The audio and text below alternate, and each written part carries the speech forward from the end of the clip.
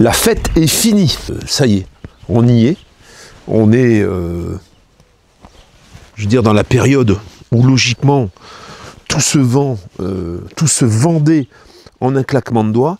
Et aujourd'hui, ça, c'est terminé. Alors, bon, on en parle régulièrement. Je vous fais régulièrement un petit état du marché. Là, je pense que le marché s'est considérablement durci.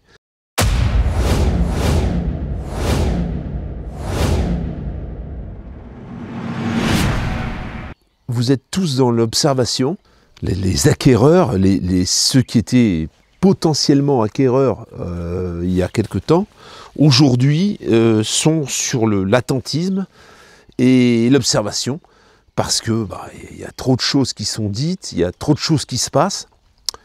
Et du coup, c'est vrai qu'aujourd'hui, d'investir dans un camping-car, on a l'impression de prendre un risque. C'est plutôt ça le problème. C'est un risque qui est évalué par des médias la plupart du temps, dont je fais partie. Mais par contre, il y a des niveaux en fait. Moi, je me contente la plupart du temps d'analyser le terrain et de te rendre compte de ce qui se passe. Je te donne quelquefois mon avis, je te fais quelques prévisions sur ce qui va se passer. Je ne vais pas amplifier les choses, en fait. C'est pas mon intérêt, d'ailleurs, puisque moi-même, je présente des véhicules, donc c'est pas dans le but de te faire peur, c'est dans le but de te faire réfléchir pour ne pas faire n'importe quoi, pour ne pas aller dépasser tes possibilités financières ou pour faire une erreur, en fait. D'ailleurs, la plupart des gens, quand ils m'écrivent « je suis en passe d'acheter ça, qu'est-ce que tu en penses ?» je réponds souvent très rapidement et avant toutes les autres réponses pour leur éviter de faire une erreur. C'est mon but principal et c'est pour ça que j'ai créé cette chaîne au départ, même si ça dévie quelquefois sur plein de choses, mais il faut bien vivre aussi. Aujourd'hui, pour faire des vues, il y en a qui font du sensationnel. Il y en a beaucoup qui font du sensationnel. Et qu'est-ce qui fonctionne bien sur YouTube ? C'est le négatif en fait. Quand tu présentes quelque chose de négatif, d'alarmant, il t'est arrivé une catastrophe, t'as tout qui a explosé, c'est plus possible le camping-car, c'est plus possible, j'arrête tout. Voilà, je l'ai déjà testé, je prends ma part de responsabilité, je l'ai fait déjà, sur des sujets qui me concernaient, pas forcément sur une remise en question globale de ma vie en fait, parce que moi le camping-car, je vis dedans en fait. Mais il faut reconnaître quand même que quand on s'intéresse au camping-car, eh bien, si on a un téléphone, on va dans les informations Google, qui sont à disposition de tout le monde, qui t'envoient de l'information en fonction de tes centres d'intérêt. Eh bien, aujourd'hui, 83 personnes verbalisées à Annecy pour vidange sauvage. Bien fait pour leur gueule, j'ai envie de dire, si c'est vraiment ça, mais bon. Surveillé par des drones, donc. Ça, c'est les titres, c'est des choses qui sont véhiculées aujourd'hui dans les informations. Alors, est-ce que c'est vrai, est-ce que c'est pas vrai ? J'y étais pas, je peux pas le dire. En attendant, ça tend quand même à faire peur. 118 personnes verbalisées en une nuit sur un parking à Sigean. Quand même, réaliser que sur un parking qui n'est pas dédié au camping-car, tu te retrouves avec 118 camping-cars. Si vraiment c'est avéré, c'est énorme en fait. Tu as un parking qui est réservé à tout le monde en fait, où tout le monde peut se garer, et tu te retrouves avec 118 camping-cars qui passent la nuit. Voilà, peut-être que c'est quelque chose, il n'y a pas de panneau d'interdiction, peut-être que c'était pas, personne n'a été prévenu, et que c'est arrivé comme ça soudainement, peut-être. En attendant, 118 camping-cars quand même. C'est comme 83 camping-cars qui ont été verbalisés en quelques heures à Annecy. Mets-toi à la place des riverains qui sont à côté en fait. 83 camping-cars. Je vois pas même où ils peuvent stationner à Annecy, franchement. Je vois pas. Vidange sauvage. Voilà ce qu'on peut lire aujourd'hui sur les médias. Et alors, il y en a un autre, c'est le Pompon, je ne vais pas les citer parce que ça leur fait de la publicité. C'est des sites qui ne font que de l'information comme ça. Que de l'information où maintenant les fourgons aménagés vont pouvoir être verbalisés sans qu'ils soient occupés, sans qu'il y ait personne dedans, sur les bords de mer, sur quelques communes du bord de mer. Je pense que ça existait déjà l'année dernière et l'année d'avant. Je ne pense pas que ce soit un fait d'aujourd'hui, mais aujourd'hui on le communique. On le communique comme il faut, quoi. Je veux dire, pour celui qui a un van aménagé, un fourgon aménagé, et puis qui lit ça, il est dégoûté, quoi. Il dit putain, mais ça y est, la vie s'arrête. Encore une fois, c'est dans le but de faire du sensationnel. D'ailleurs, j'en suis personnellement un peu responsable parce que je clique dessus. Quand je vois ça, je clique pour lire ce qui est écrit. Je pense que vous faites toute la même chose. Et du coup, ce média, eh ben, prend de l'ampleur grâce à ça. Il voit que ça marche, il voit qu'il y en a de nombreux qui cliquent. Qu'est-ce qu'il fait? Il refait des posts comme ça. Mais il fait que ça. 83 sites, 118 là-bas, 143 là-bas. À côté de ça, il y a Camping Car Park aujourd'hui. Tout est la faute de Camping Car Park. On ne peut plus stationner nulle part à cause de Camping Car Park. Tape sur le camping-cariste comme on tape sur tout le monde aujourd'hui. Hein. Tu as une voiture diesel, bah, tu pollues.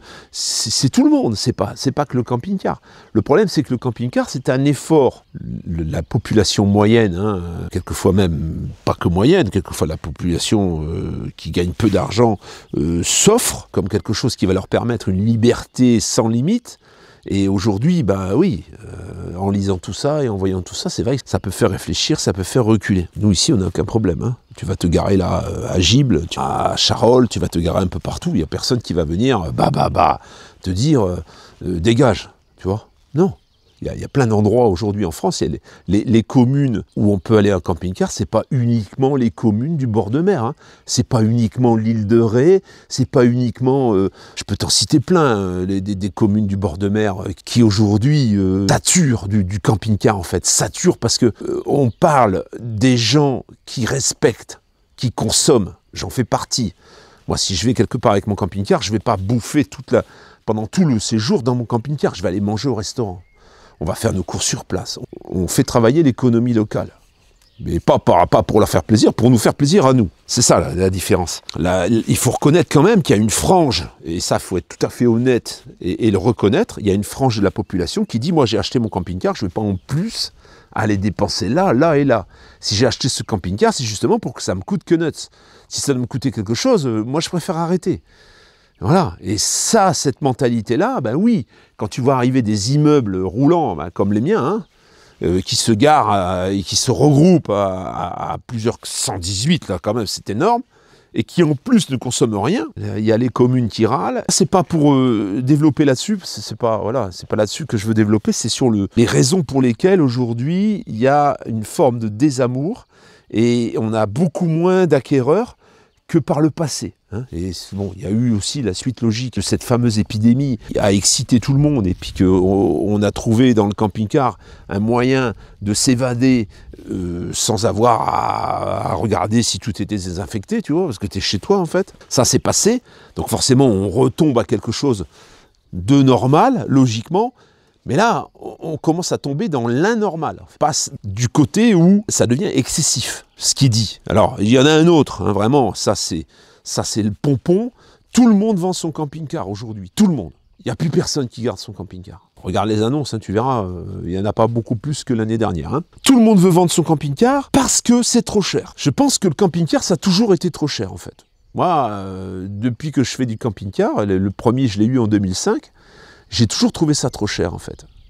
À l'époque où j'avais acheté ce camping-car, c'était un Laika Kreos 3002. Ça valait prix catalogue. Alors moi, il y avait eu un mandataire, j'avais eu la chance de tomber sur un mandataire, il n'existe plus aujourd'hui, mais ça valait 83 ou 84 000 balles.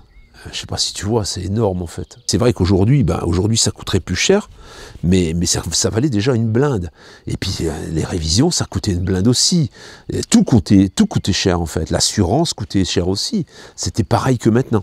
Après, le bien fondé d'un camping-car pour quelqu'un qui l'utilise un mois dans l'année, ça, c'est à lui de le voir. Hein. C'est comme celui qui achète une Porsche et qui va rouler un dimanche par mois, tu vois. On peut dire, ouais, mais voilà, c'est trop cher. Ça vaut pas le coup, tu te rends compte, l'assurance et tout, vaut mieux la louer. Bah, elle est pareille. Là, donc, cette plateforme, ce média, donc, dit, tout le monde vend son camping-car, les camping-cars ne se vendent plus du tout, plus personne n'en veut. Aujourd'hui, les gens, ce qu'ils veulent, c'est louer un camping-car 100 € par jour et ne pas avoir tous les tracas. Les tracas, je m'entends, c'est tout ce que ça coûte. Et eux, ils évaluent le coût d'un camping-car à 800 € par mois. Stationnement compris, tout compris. Sur quelle base? Enfin, c'est un peu n'importe quoi, hein, tu vois. Et alors, c'est sûr que quand tu lis ça et que tu es en décision, tu te demandes si tu achèterais pas un camping-car et que tu lis ça, tu te dis merde. Peut-être je le fais pas, tu vois. Voilà. Je fais partie de ces gens-là aussi. Hein. Parce qu'aujourd'hui, alors moi je prévois toujours, j'essaie toujours d'avoir des projets à long terme. Le nautisme se casse la gueule. Dans le bateau, ça se casse la gueule. Le bateau, aujourd'hui, on dit, à juste titre, ça coûte énormément d'argent. En fait, on remet 15 à 20% de la valeur du bateau chaque année pour le maintenir. T'as toujours une merde. C'est pas nouveau. C'est pas d'aujourd'hui, je veux dire. Le nautisme, d'un coup, c'est pas devenu quelque chose de catastrophique. C'est depuis toujours. Alors moi qui connais pas trop le sujet, j'ai regardé quelques vidéos des vadrouilleurs, j'ai pu voir que bon, ils avaient quand même quelques merdes. Hein. Faut reconnaître qu'ils ont eu de la chance parce que la manière dont ils ont acheté ce bateau sans expérience, sans expert, bon, ils ont eu quand même une part de chance parce qu'ils n'ont pas eu tant de problèmes que ça. C'est vrai qu'après, quand tu commences à regarder un petit peu les vidéos et tout, tu te dis putain. C'est bien d'acheter un bateau, mais alors derrière, il faut quand même les avoir. Il faut quand même prévoir le budget ensuite pour tout ce qui peut t'arriver. Beaucoup plus que pour un camping-car. Si on réfléchit comme moi pour le camping-car, où moi je me dis finalement c'est peut-être pas le bon choix, ben voilà, en fonction de tout ce qu'on lit et tout ce qu'on voit dans les médias, on peut se poser des questions, en effet. Personnellement, je pense que comme choix de vie, ça veut dire comme moi je l'ai fait, c'est une très bonne idée. Voilà. Pour moi, encore une fois, hein, ne m'incendiez pas en me disant n'importe quoi et toutes les conneries que vous dites quelquefois, hein, certains, hein, une minorité. Pour moi, c'est un excellent choix pour la simple et bonne raison que je me sens beaucoup plus libre que ce que je l'ai jamais été en fait. Voilà. Je sens vraiment une liberté, même si ça bouge pas, je me sens beaucoup plus libre. Je sens que j'ai pas cet énorme poids derrière moi que j'avais jusqu'à ce que j'arrête cette vie cette vie de consommation avec cette maison, avec ces travaux, avec tout ce que j'avais à faire là-dedans. Bon, je critique pas, hein, chacun voit midi à sa porte. Moi personnellement, ça a été une bouffée d'oxygène. Une bouffée d'oxygène tant sur la façon de vivre, hein, avec les soucis en moins, même si j'ai des petits tracas réguliers, hein, j'ai des petites choses à réparer, mais aussi au niveau financier. Ça a été énorme. Alors tu vas me dire, aujourd'hui, c'est plus difficile, parce que tu ne peux pas stationner où tu veux, tu ne peux pas habiter au bord de mer avec ton camping-car. Il reste quand même une énorme partie du territoire en France où tu peux stationner sans problème, où tu peux partir avec ton camping-car et aller... moi, je pourrais aller là, au-dessus, là-bas, il y a une aire gratuite, il n'y a pas l'électricité, mais il y a une aire agible, gratuite complètement, avec l'électricité. Il y a une petite boîte dans laquelle tu peux mettre un peu d'argent. Si tu le souhaites, tu n'es pas obligé. L'eau sur place, les vidanges sur place, calme, la boulangerie pas loin. T'es pas obligé d'aller dans les meilleurs endroits du monde tout le temps non plus. C'est là où c'est pas vraiment le même but pour moi. La vie dans un véhicule, ça ressemble pas à quelqu'un qui part en vacances et que sitôt qu'il y a une petite accroche, une petite chose qui va venir troubler son mois de vacances, ça va être une catastrophe. Et il va le relater et il va en faire une publicité désastreuse. Voilà. Il y en a qui disent tant mieux. S'il y a un désamour, ben, il y aura moins de monde. En fait, oui, il y a trop de monde. Il y en a beaucoup trop et toujours dans les mêmes endroits. C'est ça le problème.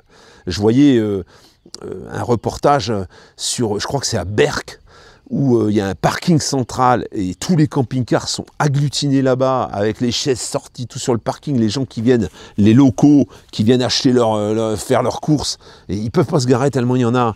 Donc ça, c'est pas possible, c'est pas possible. Ah oui, mais pourquoi lui, pourquoi pas moi? Lui il s'est garé, pourquoi moi je me garerai pas? Et ça finit par être interdit, c'est tout. Bon, ça c'est une parenthèse pour te donner un peu le pourquoi. Le pourquoi aujourd'hui, ben, les camping-cars sont plus difficiles à vendre que ce que ça l'a été.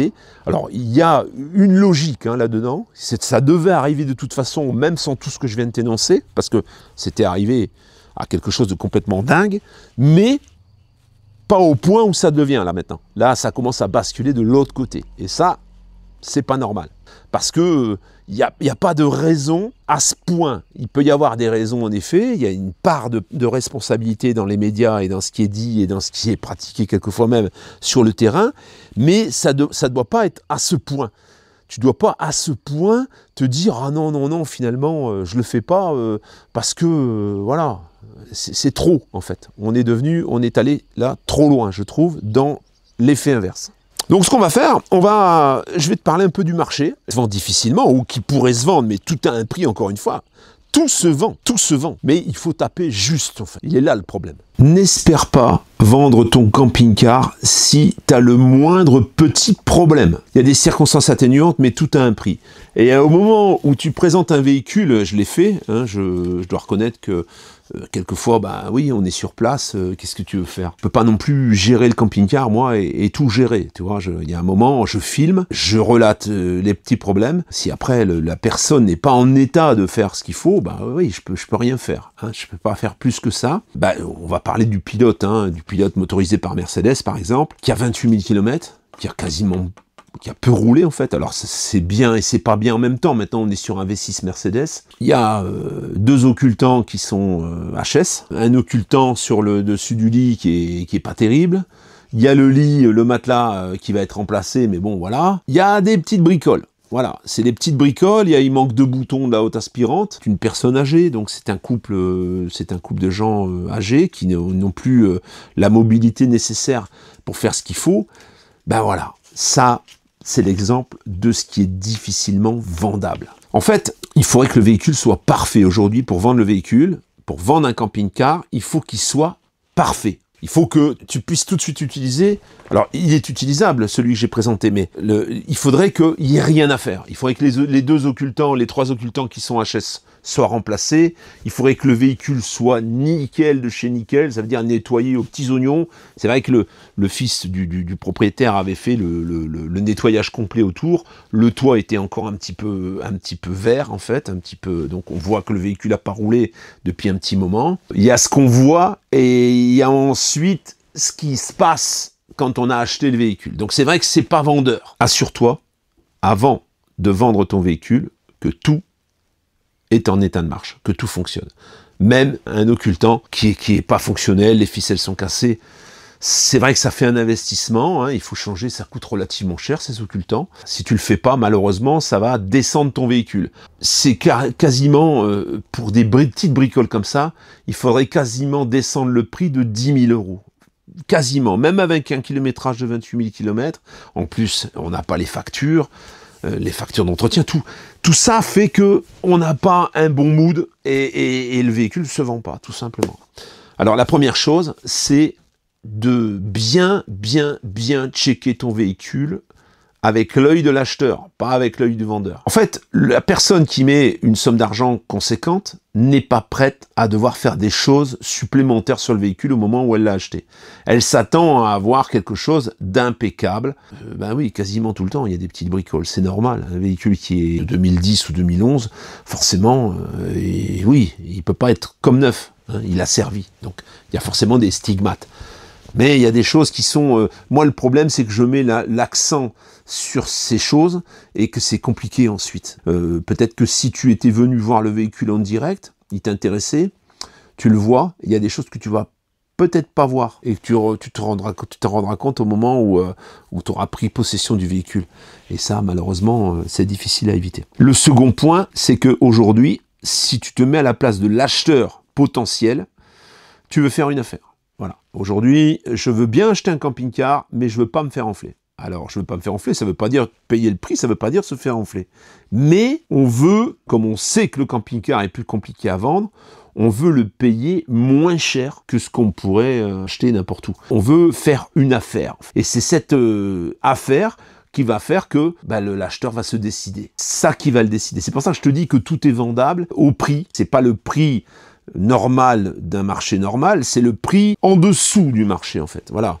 En fait, la valeur estimée, parce que c'est une valeur estimée, si tu veux vendre rapidement, il faut que tu te mettes en dessous de la valeur estimée. Malheureusement, parce que sinon, tu ne vendras pas. Et alors, il faut te dire une autre chose, c'est que si tu attends, au plus ça descend. Il y a un phénomène, c'est que les concessionnaires ont du mal à sortir leur stock, et ils sortent leur stock à coup de remise importante.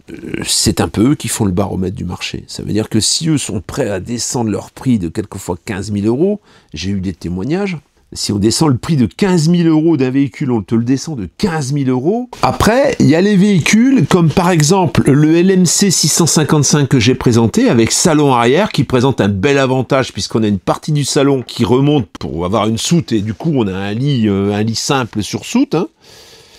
Alors, si on regarde, voilà donc 711 Traverline, 150 chevaux, salon arrière full option, 54 900, donc il est un tout petit peu plus cher que celui qu'on propose, double lit pavillon. Donc là, c'est un salon arrière avec un lit pavillon qui descend sur le salon.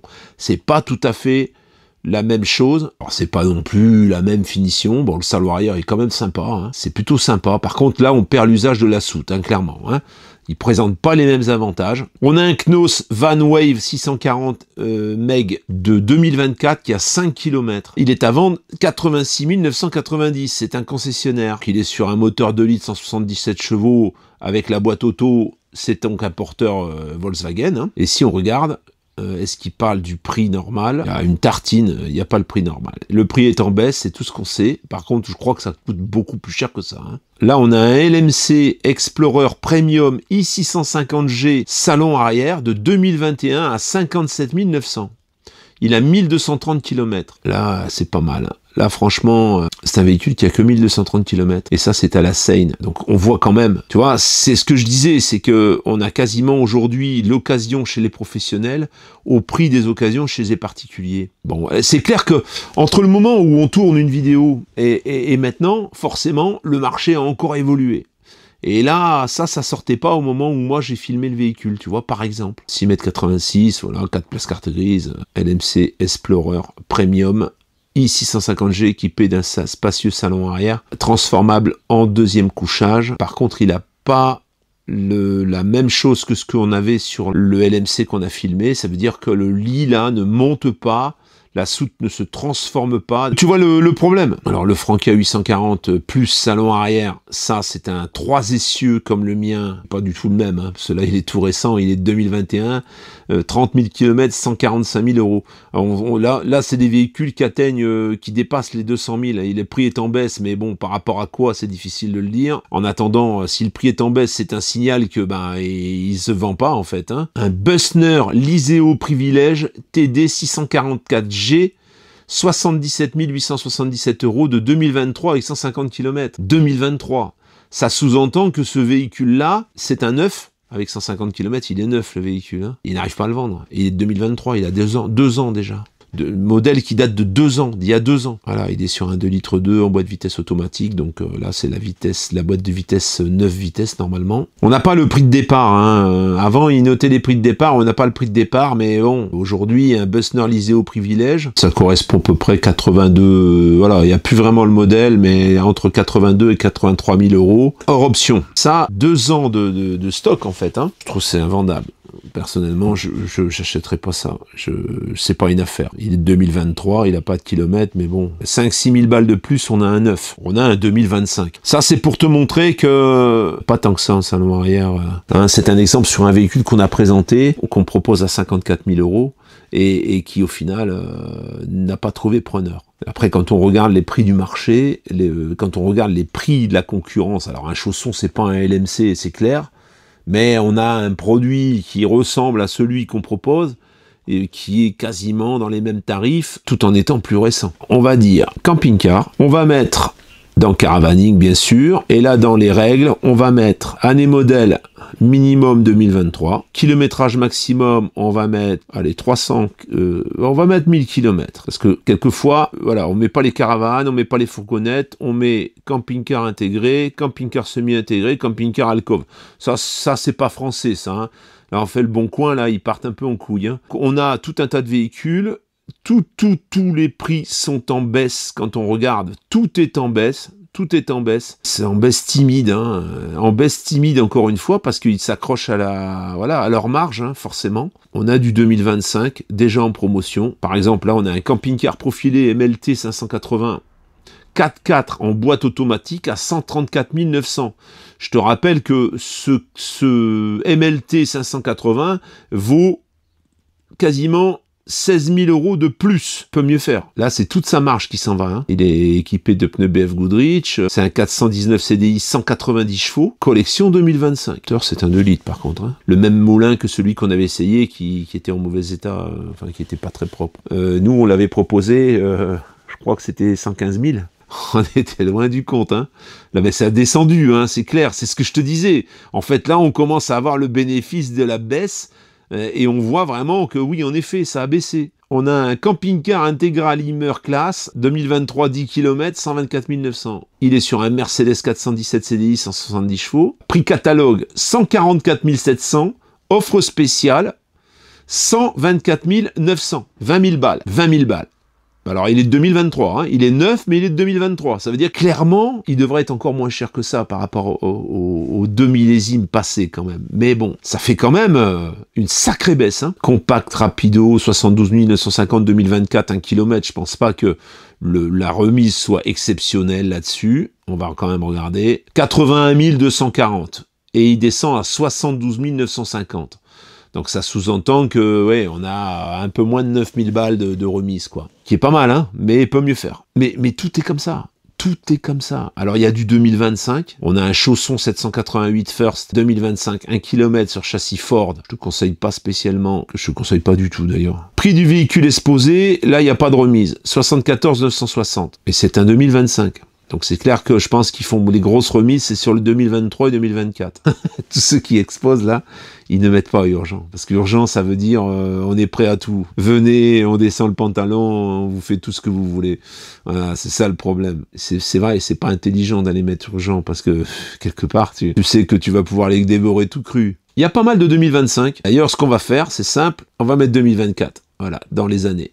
Maximum. On tombe à 387. On en a la moitié. Ça veut pas dire que parce que ils sont affichés à ce prix, il n'y a pas moyen de renégocier. Hein. Ce qu'on remarque, c'est qu'en fait, dans la plupart, on a 4, 5, 6 000, mais on n'a pas grand-chose en remise. Hein. Un Fleurette de 2024 avec 10 km à Angers. C'est un 60 LG, Fleurette Migrateur 60 LG.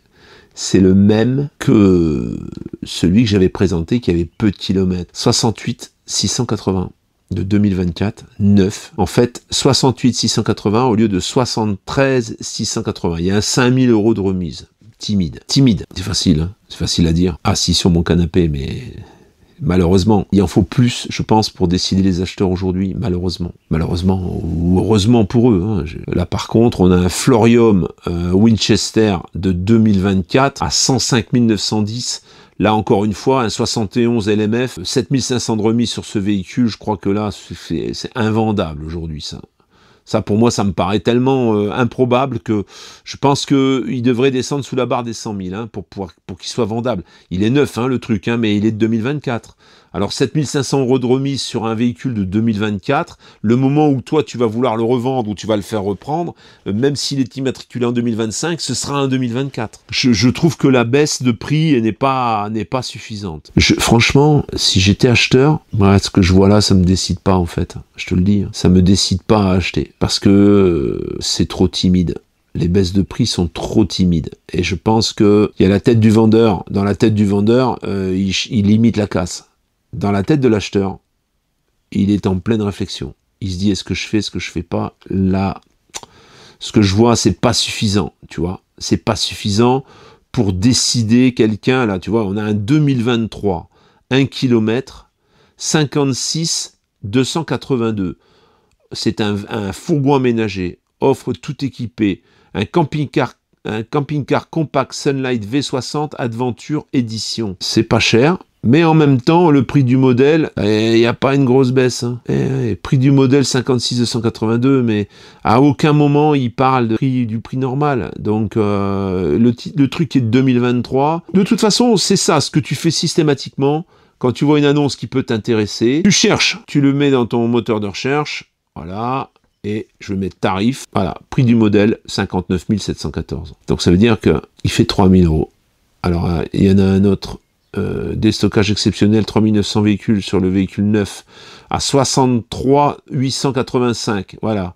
Là, on a un 2024. Voilà ce que ça coûtait en 2024. Non, voilà, le vrai prix, c'est ça. C'est 63 885. Alors, l'autre, il a une peinture foncée. Peut-être que c'est plus cher, j'en sais rien.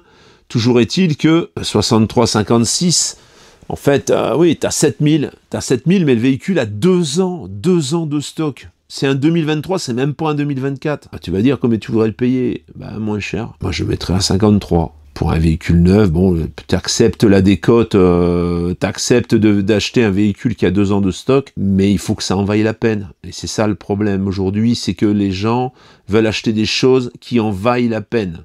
Quand ils achètent, ils décident d'acheter, ils décident de craquer, ben, il faut que ça en vaille la peine. Si ça en vaut pas la peine, ils se décident pas.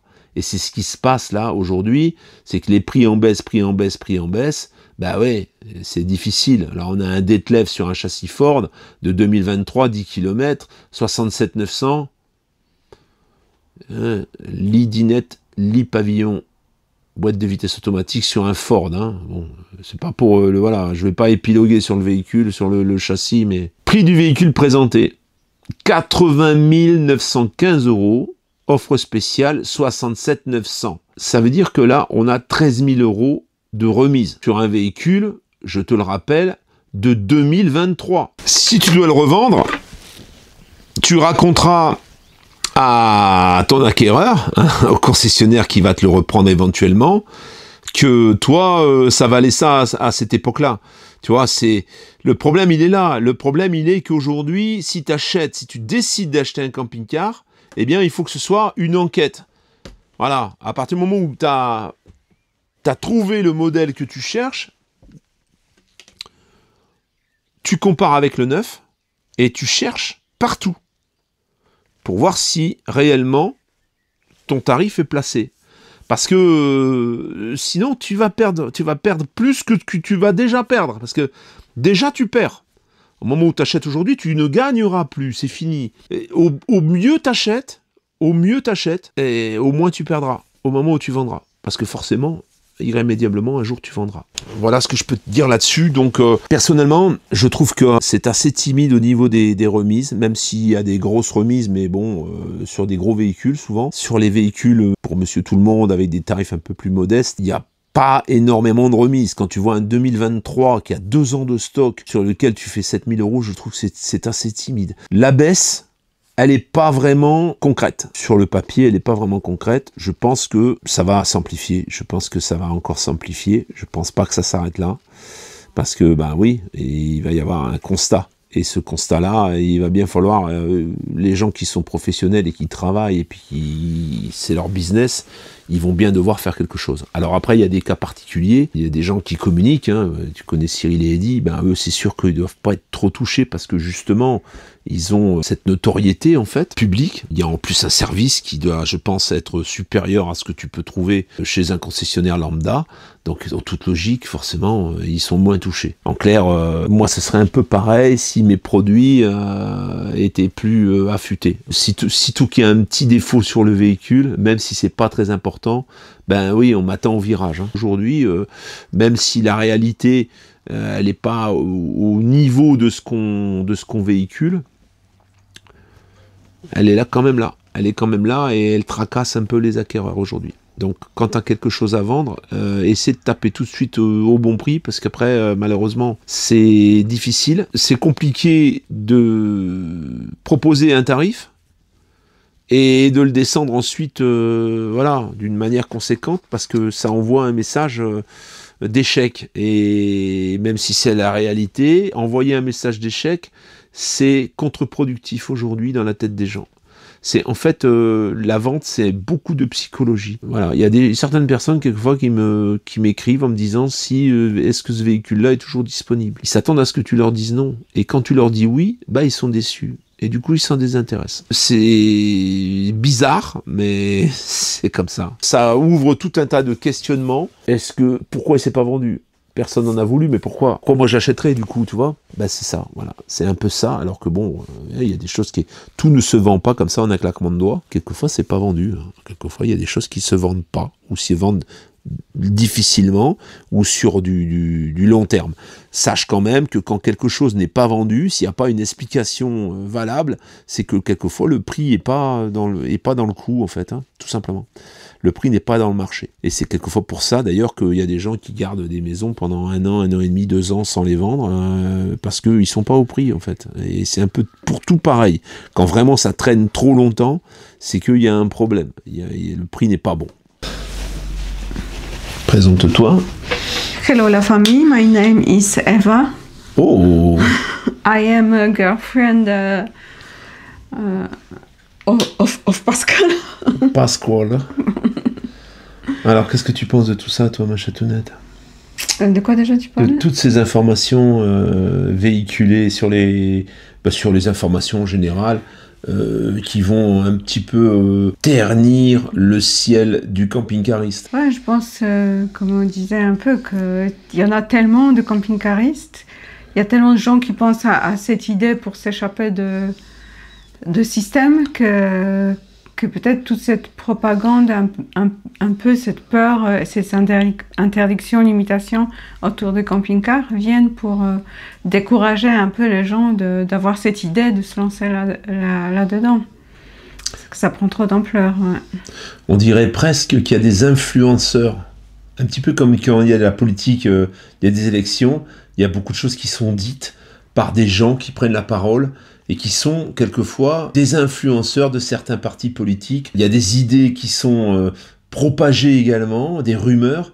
Alors, pour garder bonne proportion, je pense que il y a beaucoup de chaînes qui font du sensationnel, beaucoup de pages d'information qui font du sensationnel, dans le but justement de faire peur. Mais si globalement on regarde bien entre les lignes, c'est souvent des gens qui ne respectent pas les choses qui sont attaqués ou verbalisés. Si bien sûr verbalisation il y a, hein, parce que d'annoncer des chiffres c'est facile. Hein. Puis ouais, la limitation en fait c'est mettre aussi le cadre quelquefois sur le débordement. Il y a aussi ce côté-là, que c'est vrai que c'est pas très agréable pour ceux qui n'ont pas de camping-car d'aller quelque part et trouver des tonnes de camping-cars. Ouais.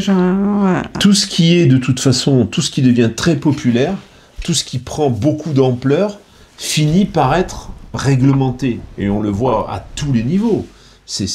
On n'est pas les camping-cars, c'est pas les seuls touchés. Le camping-car a pris une proportion qui est devenue énorme, on va dire ce qui est. Et par rapport à ça, il y a forcément des abus et il y a forcément une envie de réglementer. Et il y a des interdits, forcément. Les interdits au bord des plages et tout. On peut pas imaginer, on peut pas dire que le camping-car est le meilleur générateur de chiffre d'affaires pour des locaux qui vivent du tourisme. On peut pas dire ça. Même si on est nombreux à dépenser, on peut pas s'auto-congratuler en disant nous on fait tourner l'économie. Non, il y a dans les bords de mer, hein, tu vois bien que les locations, les hôtels, les restaurants, tout ça, c'est ça qui fait vivre le secteur du tourisme. Surtout quand ça déborde. Quand il y en a à profusion, on a tout le tourisme qu'on veut et on est obligé d'accueillir en plus des camping-cars qui vont limiter leurs dépenses pour beaucoup, pour une bonne partie on va dire. Il n'en reste pas moins que le camping-car comme mode de vie, ça reste un mode de vie pour moi qui a de l'avenir. Et même si, oui, il y a le spectre de la peur et de la restriction plane, c'est pas vraiment le cas en réalité. Il faut rester quand même modéré par rapport à tout ça, je pense. Parce que toi, ça te ferait peur, tout ce que tu lis, tout ce qu'on entend, tout ce qu'on lit. Regarde, même une cliente, elle lui parle, elle est en Suisse. Elle lui dit, t'as vu, en Europe, il va y avoir plein d'interdits pour les caravanes, les camping-cars, elle dit. C'est ça que t'as dit. Qu'elle avait vu ça aux informations. Tout est venu de la Grèce, qui a reculé, hein. Tout est venu de là, au départ. Elle a reculé parce que forcément, la population s'est élevée contre ça. Avec tout ce qui se passe actuellement, tout ce qu'on entend, toutes les agressions, toutes ces folies... Moi, personnellement, je me sens beaucoup plus protégée et mieux, et je ne me sens pas enfermée. À chaque fois, quand on va dans le parc, comment ça s'appelle? Les camping-car park. Camping-car park, c'est toujours vide, il n'y a jamais personne, c'est assez paisible, et en même temps, il y a un minimum de sécurité. C'est sûr que tu vas à Royan, par exemple, on était allé à Royan, près de Royan, En camping-car, bah oui, le camping-car park, il est blindé. Il est blindé. En fait, les gens ont tous envie de la mer, d'aller dans les endroits touristiques, tous au même endroit. Il y a un moment, il faut peut-être réfléchir aux périodes qu'on choisit pour aller là-bas, tout simplement. C'est sûr que c'est chouette d'être stationné à la sauvage, tout seul, au milieu. Mais c'est pareil, c'est magnifique d'aller se promener en pleine lune, quand il y a la pleine lune, toute seule. Pour une femme, moi, j'aimerais bien aller me promener dans la forêt ou dans les rues. La nuit. La nuit, malheureusement, c'est pas possible. Ça devient de plus en plus dangereux dans les villes et même dans les campagnes. Du coup, pareil pour les camping-cars. C'est quand même, on est plus un proie si on est tout seul au milieu de nulle part dans un camping-car, parce qu'on entend de plus en plus aussi des agressions dans les camping-cars, que s'il y a 2-3 camping-cars, ça crée déjà une petite communauté et ça donne moins envie aux malfrats d'approcher. D'y aller, bien sûr. D'y aller. Alors, ouais, c'est sur les uns, sur les autres, c'est pas bien, mais je pense qu'on vit une période où trop s'isoler, sauf si on va dans les Alpes perdu quelque part. Chacun recherche sa liberté, veut faire sa van life, seul au monde, être garé au milieu de la forêt, Ouais, tout seul. Ce qui est seul au monde, mais pas trop loin de la civilisation quand même. Les gens, ils veulent être près de la ville, seul au monde, dans les endroits magnifiques. On ne peut pas tout Très compliqué, tout avoir. Très compliqué aujourd'hui avec la quantité d'êtres humains qui a soif de liberté. C'est très compliqué aujourd'hui de dire, moi je veux ma solitude, je veux vivre ma van life tranquille. Ouais, bah là, si à la limite tu vas camper à côté d'une déchetterie, il n'y aura personne.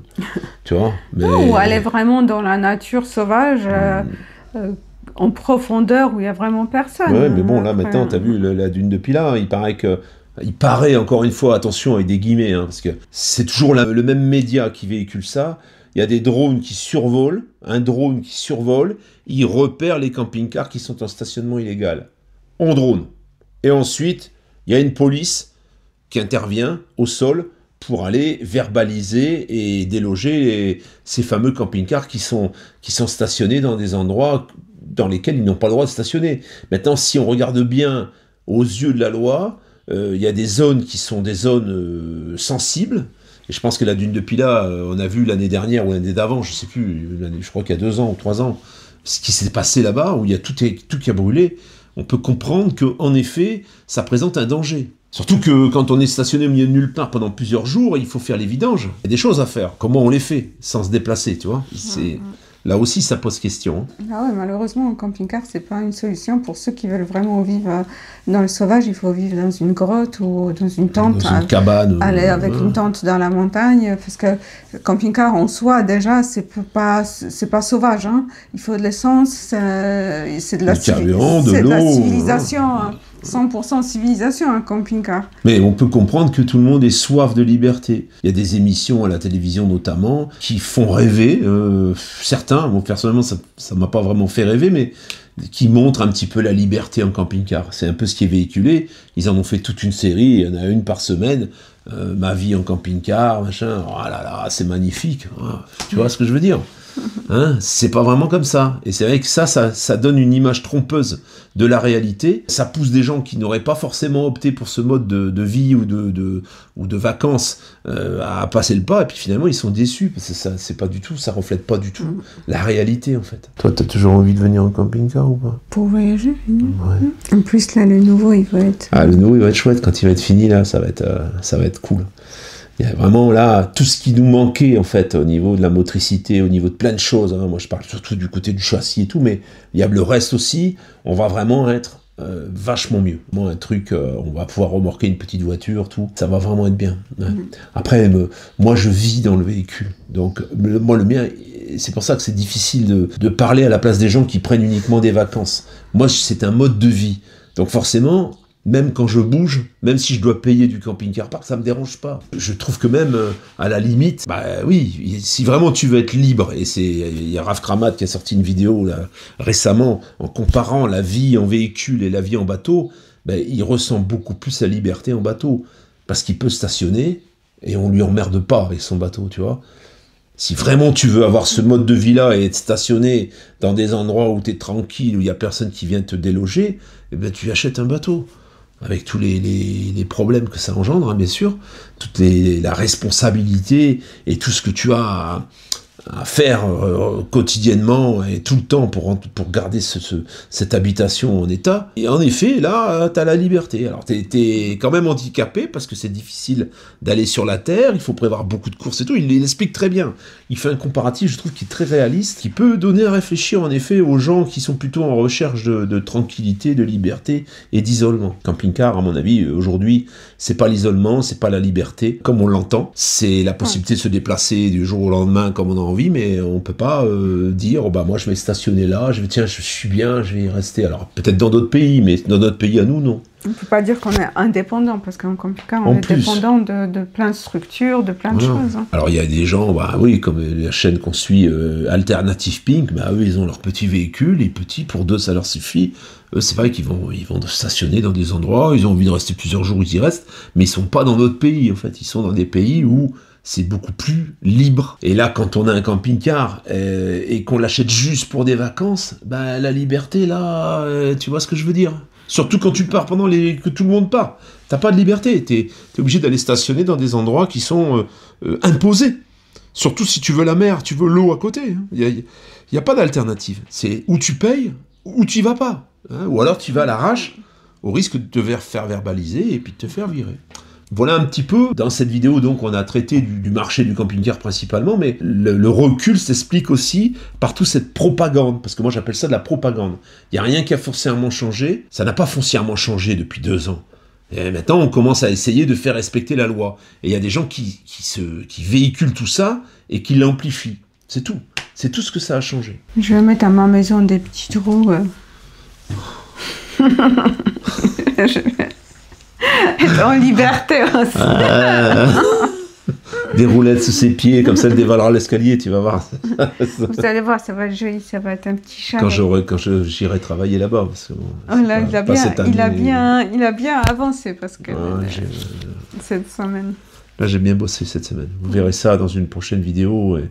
La chaîne, c'est pas un tuto, c'est pas une chaîne pour la maison d'Eva. Hein, mais mais il y en a plein qui demandent. Ben, on vous montrera. Là. Ça commence à ressembler à un truc. Elle va avoir du mal à s'en séparer quand elle va la vendre. Pourquoi tu veux que je la vende? Parce qu'un jour, tu la vends.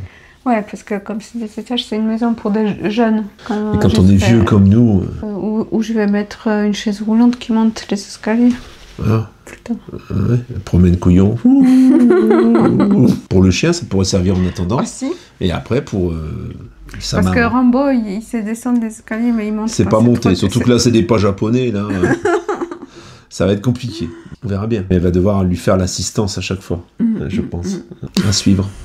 Et puis la prochaine, il y aura un camping-car la semaine prochaine. Dimanche prochain. Un truc, je pense, qui, cette fois-ci, ne devrait pas coller. Je pense qu'il va vite partir parce qu'il est super bien placé.